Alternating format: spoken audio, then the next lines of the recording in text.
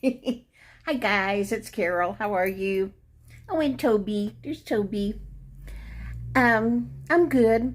I'm doing pretty good. Yes, I see my Toby. Um, Hi, how are you? I'm suffering with brain fog. I mean, my mind will not connect. Um, I wanted to make this video though to apologize to you guys because the other day at Thanksgiving, I started answering comments and I realized I had some that were 9 days old that I had not responded to. And I am so sorry. I'm going to tell you why. Otherwise, I wouldn't even bring this up. The This time of year is always hard on me, depression wise. I kind of go through a cycle, and the fall is definitely on the cycle of having depression. Um, 3 weeks ago, this is Monday, 4 weeks ago today, I had to go to the mental health clinic, where I tell you I go, and see my caseworker. It's her job to keep track of me, make sure I'm doing okay, ask me all kinds of questions like, are you taking your medicine, blah, blah, blah, that kind of thing. And she reports to the psychiatrist I see. Well, the psychiatrist I see is no longer with the clinic. I live in the Texas Panhandle. She was in Dallas, 6 hours away. But the mental health clinic has a room with a huge TV, and go in there for a teleconference, and I can see her and she can see me, and we talk that way. Anyway, she has left, which I was sorry to see her go. She was such a nice woman. And now they've assigned me to a nurse practitioner who reports to a psychiatrist, works under a psychiatrist. She's in Mississippi. I'm getting farther away. That's because where I live, there is a shortage of psychiatrists and an abundance of crazy people. Anyway, I guess it's been a month ago. I went to see the caseworker. I have to go every so often. And we talked, and, she asked all these questions that tell her something, evidently. Anyway, she said, Carol, I think you need to go back to therapy. And I told her, no, I'm doing really well. I'm not going to go back to therapy. And she said, oh, I really think you need to be in therapy. And I told her, first of all, therapy costs money. They don't have therapists there. It's not like she's going to make anything off me or anything. They don't have therapists there. And it's a transportation problem for me. I don't have a car. I have to ask somebody to take me everywhere, and I get tired of asking people to take me everywhere. We have Uber, but I can't afford it, for one thing, and I'm not going to get in a car with a stranger. Just not going to do that. And it's 3 miles to the closest city bus line stop, and I can't walk 3 miles to get on a bus. And I don't think I need therapy. She did. But no, not going to therapy. I have been in therapy for years. I was in therapy. Years and years I was in therapy. I mean, a long time. I went to therapy every week. A long time.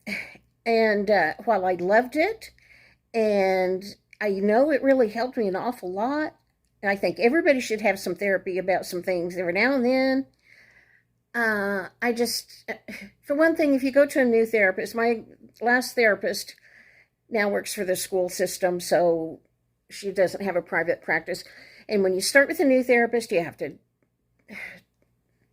or you end up talking about things from the past that I just don't want to drag up again. Just don't want to do it right now. So she said, okay, if you're refusing to go to therapy, then you're going to have to see me once a week. I'd been seeing her every 3 months. I'm not once a week, once a month. Every 4 weeks you need to see me. Okay, fine. And then 2 weeks after that, the Monday before Thanksgiving, I needed to see my psychiatrist to get my medication refilled, and the caseworker had told me that my psychiatrist is no longer with them, that I would see a nurse practitioner. So I went last Monday, saw this nurse practitioner, really liked her. She's a woman in Mississippi. She's doing the teleconference thing still. And she told me, well, if you're refusing to go to therapy, I need to see you every 4 weeks. So now I'm seeing the caseworker every 4 weeks and then seeing the nurse practitioner every 4 weeks. I might as well just go to therapy, almost. But I need to take their suggestions so I can keep going to that clinic, because I can't do without the medication. And right now, the medication isn't working a whole lot, but I have been on practically everything. We've tried everything. My diagnosis is major depressive disorder, and that sort of means treatment-resistant depression. It's always there, just sometimes much worse. She gave me a prescription to add to what I currently take. Let me see if I can find it. Sorry about that close-up.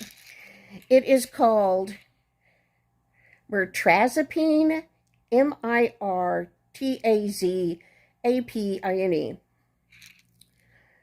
15 milligrams.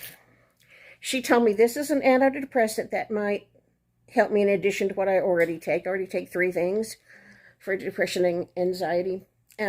She said, we're going to add this. You can take a half a pill to start if you want to. But it causes drowsiness, and so it will, if you take it before you go to bed, it will help you sleep. Okay, fine. I picked up this prescription last Monday. I hate starting new medicine because I always have some kind of side effects, and I just dread starting a new medication. So I put it off until Saturday night. I took half a pill on Saturday night. I slept like 14 hours straight. I don't do that. This nurse practitioner asked me, we're new to each other, and she asked me when I had slept 8 hours straight at night. And I told her, long time. My oldest child is 43, and it was before she was born. I sleep about 3 hours, 2 to 3 hours, have to wake up and go to the bathroom, stay awake about 2 hours because I just can't go back to sleep, then wake up in 2 or 3 hours, repeat. Well, that day I slept 14 hours straight. And I was only awake because Casey came to wake me up. And she had a hard time waking me up. And then the rest of Sunday, I just kept falling asleep. And just felt really drugged up the little bit I was awake. And this is Monday morning. I slept through 4 alarms, and I don't know how many phone calls before I woke up.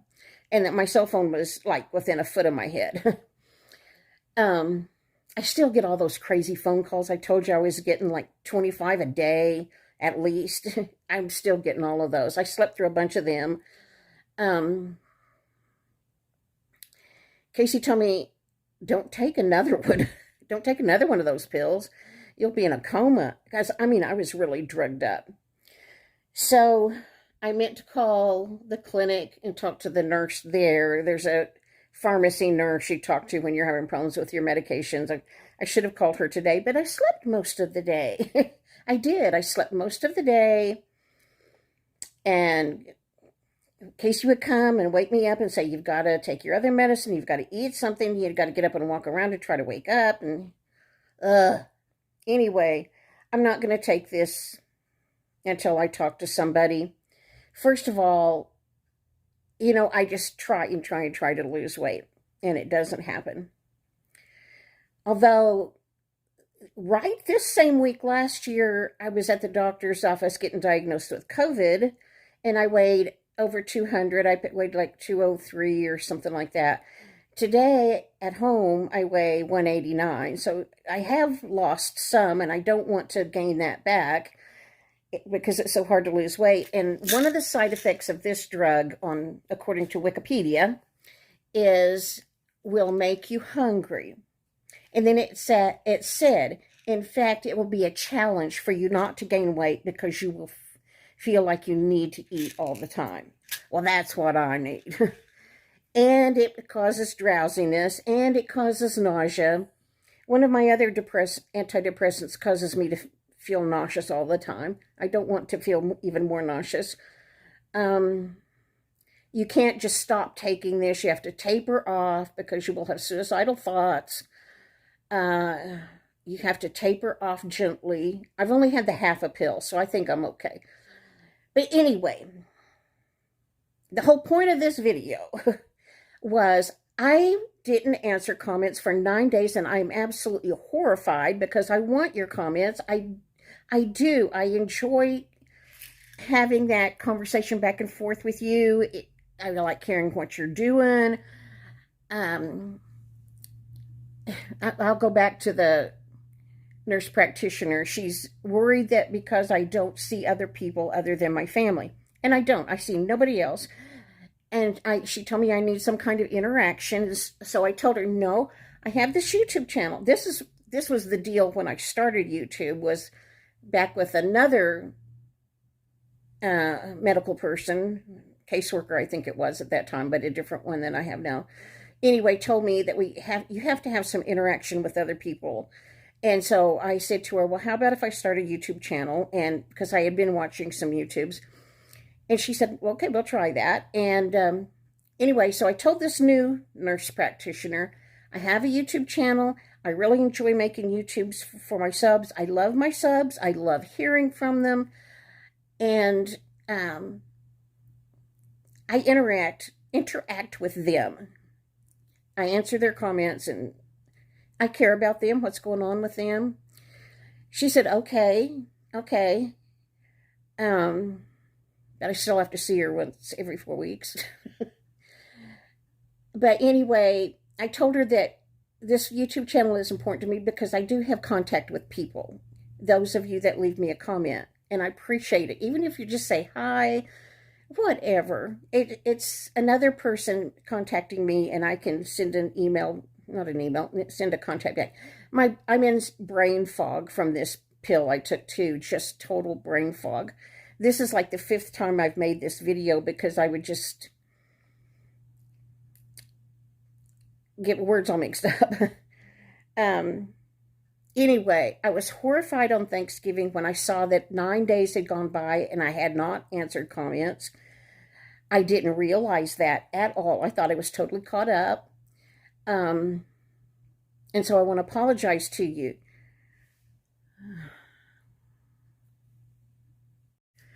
That was one of those pesky phone calls, and then it turns my camera off. I apologize for not responding to you. It's in the past, some subs have sent me an email or just left another comment on an old video and said, haven't heard from you in a week or so. Are you okay? That really helps me because that points out, oh, I haven't had any contact with somebody in like a week. That helps me when this person notices that I haven't made a video. And because if I'm not making videos, it's because of the depression. Most often. Anyway, that's fine. And I can't, with my bifocals, these glasses are awful. I can't see out of them anymore. I can't tell where there's a little red thing on my screen that tells me how long this video is, but I can't read it any longer. And I'm holding this with my arm. I'll be so glad for my glasses to come. They were supposed to come in 7 to 14 days, but you know, Thanksgiving was in the middle of that, so maybe another week. They have not shipped yet, anyway, I know that much. Anyway, I was going to tell you, thank you for something else. You guys are awesome. You are. You know, I read that book, The Modern Magi. I was afraid it wouldn't go over very well because it was 50 minutes long and because the topic is Christ, and I thought that may offend some people. You may not like me reading. Here I'm stumbling over words. Reading to you. But that's my favorite Christmas story. I read it every year, at least once, to myself. Anyway, at least 20 of you contacted me either by a comment or an email and told me thank you for reading that you loved the story. It touched some of you. You guys are awesome that at least 20 of you that I counted up let me know that you would listen to something else I want to read, that you like that story. Thanks, guys. Thank you. Thank you. I decided I'll read a story every Thursday. Had another phone call. Sorry about that. I don't even know what I was telling you. But anyway, thank you for leaving comments. My medical people are happy with that. I love them. I love feeling a connection to you guys. The book. I read you the book, and at least 20 of you were so nice to tell me that you listened to the book and you liked it. I decided on Thursdays I'll post a book. I have another book lined up for this coming Thursday, written by that same woman, and it's about that same length, not a real big book. And then for the week after that, I have a book that's really funny, just a hoot. It's much longer. Can you handle a longer video? Can you watch it in pieces or something? But this next book is just, Casey, you just loved it. It was so funny. So I thought I'd read something funny. But anyway, I'm going to get off the phone now. I'm going to tell you something that just went all over me like ugly on a nape. I live in this apartment complex. There's, I think, 144 apartments here. Our front doors are metal, and there's a breezeway. There's 2 apartments and 3 stories of 2 apartments on a side, and then there's an open-ended breezeway where the stairs are, and then there's another part of another set of 6 apartments, 2 by 3 story. So in front of my front door, I'm at real close to the end and of the open end, and both apartments are close to an open end. Anyway, about 3:30 one afternoon, Casey was here visiting with me, and somebody knocked on my door like it was the police trying to break the door down. I mean, it was horrible loud. It sounded like a car crash. It was awful. And during that one moment, it scared me. It's a wonder I didn't have a heart attack. I mean, it was that loud, and not just a knock, knock, knock, a pound, pound, pound, pound, pound, pound, pound. Casey jumped up. She was closest to the door. She jumped up and opened the door to see who was out there. Oh, she couldn't see anybody. They had run off. So we assumed it was kids. Just bratty kids. And it didn't scare me beyond that minute or so, because I knew it had to be kids just doing pranks. I'm never scared here. I've lived by myself forever and a day. I'm not scared to live by myself. Well, anyway, that night, 9:30 at night, pitch black, somebody did it again, except they pounded on the door so hard and like twice as long.